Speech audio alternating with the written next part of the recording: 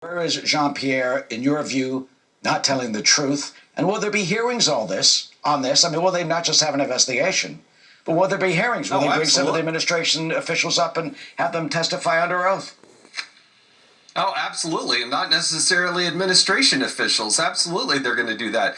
Look, the White House spokesperson is probably one of the most incompetent and inaccurate spokespersons we've ever seen in the history of the White House. And for her to go out there and say the president takes this very seriously, evidently not, because now we've had this problem 3 times over.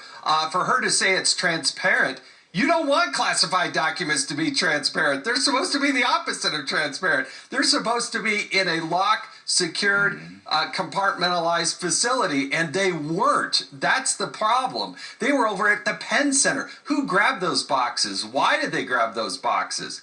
So, you know, there's a real problem. Yeah, and you know who claimed he lived at that address in Wilmington for a number of years was Hunter Biden.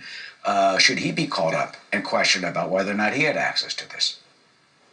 Yeah, I mean, that's why you got to look at the Secret Service logs. Yes, he, by all accounts, would have had access to those types of materials. And who knows who else?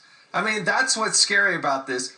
Who knows who else? And let's see what those classified documents are. When it was Hillary Clinton, they were so classified, Eric, that even me, as the chairman of the Oversight Committee, with a security clearance, could not review them. They were that sensitive. And finally, should there, do you think, be a full review? I mean, how do we know what else is out there? You've got President George W. Bush, his library, his president. You know, what if some stuff is stuffed in the couch in planes?